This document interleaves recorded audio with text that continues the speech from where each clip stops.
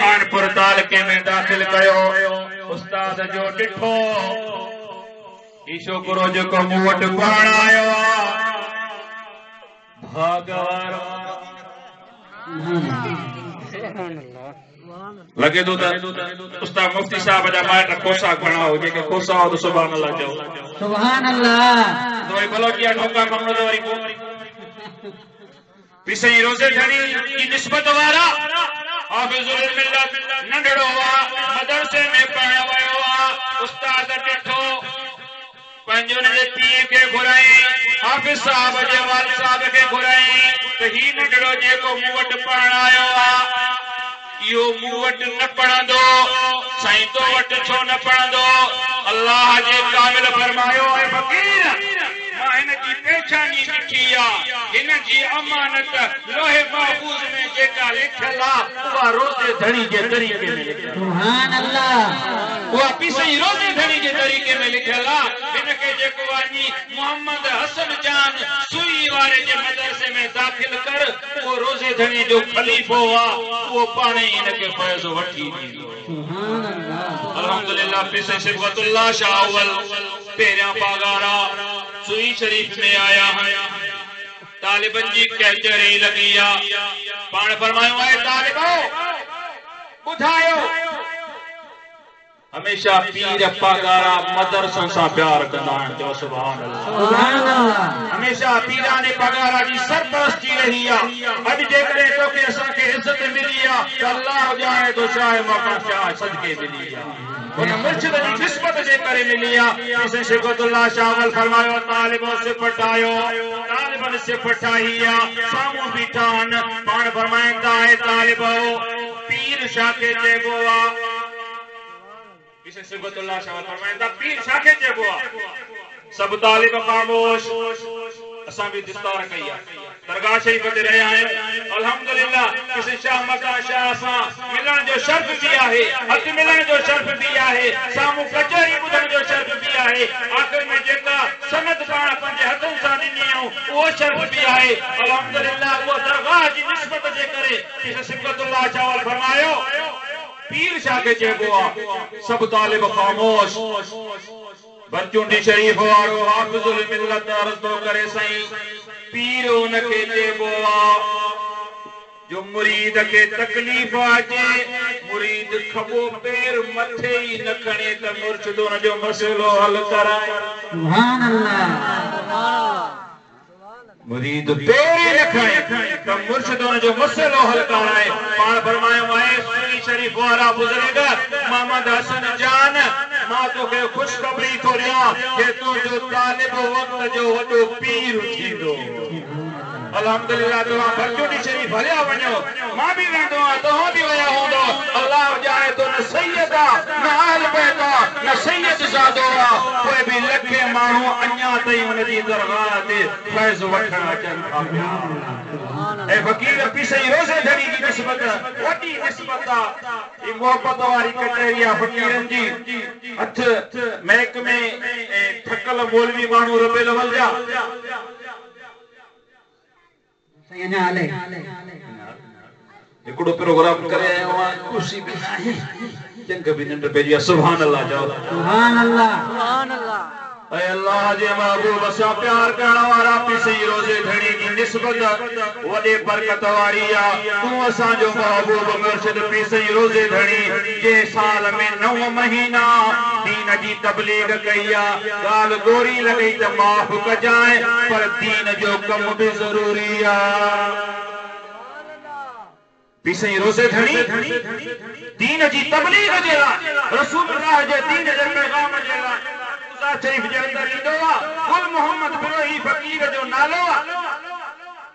बलोचिस्तान जो रहवासी आहे पिसई रोज़े धणी बलोचिस्तान जे सफ़र ते विया गुल मोहम्मद बिरोही भी कंदा फ़कीर अर्ज़ करे सोना मुर्शिद मां बलोचिस्तान जो मां मूंखे ख़बर आहे मींहुं वसंदो आहे त जबलनि जे पाणी न बीहंदो आहे हेठि नदी न जेको आहे नायनि में पाणी वहंदो आहे हेठि ढोरनि में पाणी गॾु थींदो आहे उते फसल बि थींदा आहिनि मेवा बि थींदा आहिनि माण्हुनि जा घर बि घणा हूंदा आहिनि मथे थोरा हूंदा आहिनि हेठि हलंदासीं त फ़क़ीर बि घणा हूंदा उते जेको आहे मेवा फल ऐं फ्रूट मिलंदा पाण फरमायो गुल मोहम्मद मां फल फ्रूट खाइण न पर रसूलुल्लाह जे दीन जो पैगाम पहुचाइण सुभान अल्लाह ए गुल मोहम्मद मां फल फ्रूट मेवा खाइण न आयो अल्लाह जाने तो पीसई रोज़े खणी रज़ियल्लाहु अन्हु अल्लाह जो उहो कामिल वली पर जे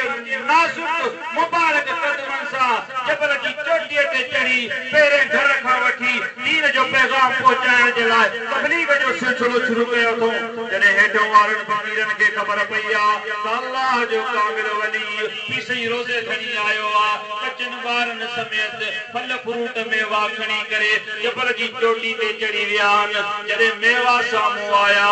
पाण फरमायो मूंखे न ॾियो गुल मोहम्मद खे ॾियो सुभान अल्लाह मूंखे न ॾियो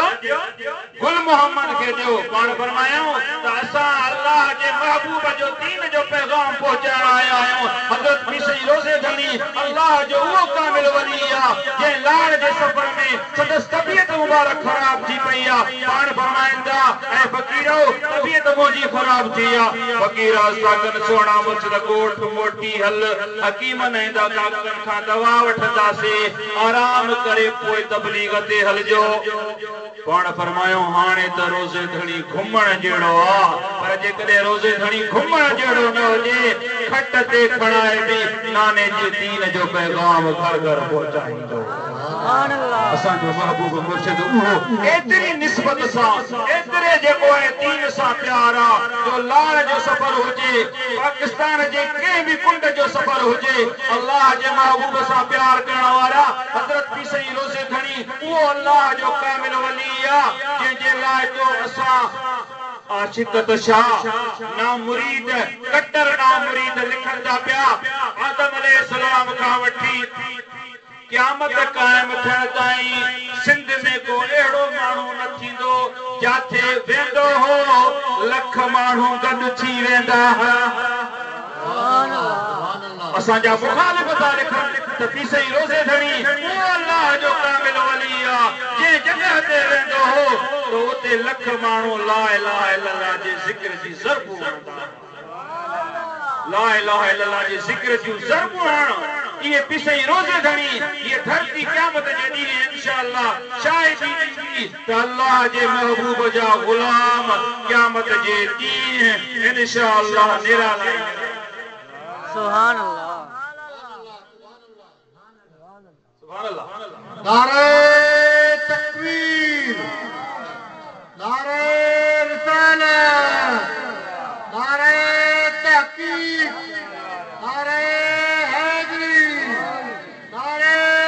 विलायत नारे विलायत आखिरी गुजारिश तो मलफूजात शरीफ जरूर पढ़ंदा मुखे पक्का ता पढ़ंदा हूंदो पर पंहिंजे मस्जिद जे पेशमाम के जरूर मोहब्बत सां चओ त साईं खुदा कारण अल्लाह से तोखे दीन ऐं दुनिया जो इज्जत अता फरमाईंदो 5 वक्त नमाज जे टाइम मां हिकड़ो टाइम मुकर्रर कर जंहिं टाइम ते जमायत घणी अचे सुबह जो हुजे सांझे जो हुजे सोमाणीअ जो हुजे मलफूजात शरीफ जो दर्स जरूर हुजे मलफूजात शरीफ तव्हां सां पढ़ंदासीं अल्लाह जाने तो दीन ऐं दुनिया जो बरकतूं मिलंदियूं तोखे असां के मलफूजात शरीफ जे गर्द जी जरूरत आहे तू असां मलफूजात शरीफ पढ़ंदासीं ऐं जे फ़कीर खे आहे उहो मलफूजात शरीफ पाण बि पढ़े ऐं जे करे को सरदीअ वारो आहे पैसे वारो आहे अल्लाह साईं उन खे महिरबानी कई आहे त उहो वरी ॿिए फ़कीर खे वठी गिफ्ट फकीर तू वनी पढ़ मलफूजात शरीफ जे अंदर ईंदो आखिरी नकुल बुधाया है तो रब करीम जी बारगाह में मलाइक आयो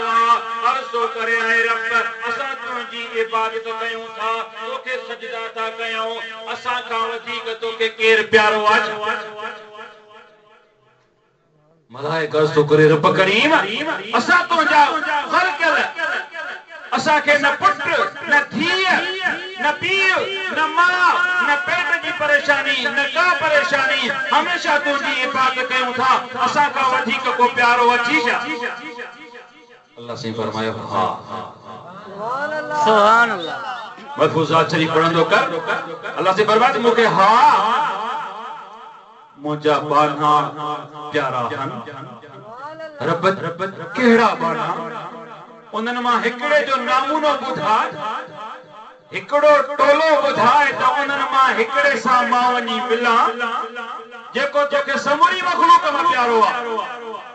अल्लाह से फरमायो तो फलाणे गोठ में फलाणी जाइ ते फलाणे पाड़े में फलाणो बुजुर्ग थी वञी उन सां मिल महफूजात शरीफ जे अंदर ईंदो आहे मलाइको इंसानी लिबास पहिरे साम्हूं आयो आहे अस्सलाम वालेकुम वालेकुम अस्सलाम अदा केर जवान फलाणो आहे छा कंदो आहे छा न कंदो आहे हवाल करण खां पोइ मलाइको पुछेस तो नमाज घणी पढ़ंदो आहे चवे तो 5 वक्त नमाज पढ़ंदो आहे ज़िक्र घणो कंदो आहे 2 वक्त ज़िक्र कंदो आहे इशराक पढ़ंदो आहे अवाबीन पढ़ंदो आहे चाश्त पढ़ंदो आहे तहज्जुद पढ़ंदो आहे मलाइके साहब तो करे 5 वक्त नमाज तहज्जुद जा नफिल चाश्त जा नफिल अवाबीन जा नफिल समूरा नफिल गदाए 24 कलाकनि में 2 कलाक भी नथा थियनि मलाइक सबूर चवे तो असां 24 कलाक रब जी इबादत कयूं हे त जेको आहे 2 कलाक भी इबादत कोन थो करे जैसे भला पेट कीअं पालींदो आहे बच्चा कीअं पालींदो आहे जैसे राह की पोखी कंदो आहे जो सुभान अल्लाह राह की पोखी करे पंहिंजा बच्चा पालींदो आहे रब करीम जी बारगाह में मलाइक वयो अर्ज़ कए रब करीम असां 24 कलाक तुंहिंजी इबादत कयूं हमेशा तुंहिंजी तस्बीह तहलील बयान कयूं असां खां वधीक इहे छो प्यारा थी अल्लाह से फरमायो त तव्हांखे शहावत बि कोन्हे तव्हांखे पुट जी तकलीफ़ जी ख़बर कोन्हे तव्हांखे ख़बर न आहे त पुट बीमार थिए केतिरी परेशानी थींदी आहे माउ बीमार थिए केतिरी परेशानी थींदी आहे मिट माइट गुज़ारे वञे केतिरी परेशानी थींदी आहे तव्हांखे हर परेशानी खां पाक कयो थम तॾहिं त मुंहिंजी इबादत कयो हिननि बाननि खे आज़मायां थो हीअ आज़माइश में पार था पवनि सभु कुझु छॾे मुंहिंजा था थी पवनि सभु कुझु छॾे दरगाह जी निस्बत वारा थी वञो अल्लाह जा बाना अल्लाह जे महबूब जी निस्बत में अचो पोइ जेकॾहिं सभु कुझु छॾे रोज़े धणी जो तरीक़ो वठंदासीं घर घर पीसई जो पैगाम पहुचाईंदासीं त अल्लाह ॼाणे थो अर्श वारा मलाइक बि तोसां असां सां रही सघंदा अर्श वारा मलाइक बि चवंदा त वाह रब करीम तुंहिंजी मखलूक में रोज़े धणी जा फ़क़ीर उहे फ़क़ीर आहिनि जेके 5 वक्त नमाज़ पढ़नि था 2 वक्त ज़िक्र कनि था तहज्जुद पढ़नि था चाश्त पढ़नि था अवाबीन पढ़नि था ऐं बच्चनि खे पालण जे लाइ पंहिंजी पेट जो गुज़र सफ़र बि हिलाल सां कनि था अल्लाह साईं मुंहिंजो बयानु करणु तव्हां साहिब जे ॿुधण मक़बूल ऐं मंज़ूर फरमाए वाखिर दवाना अनिल हम्दुलिल्लाह रब्बिल आलमीन नारे विलायत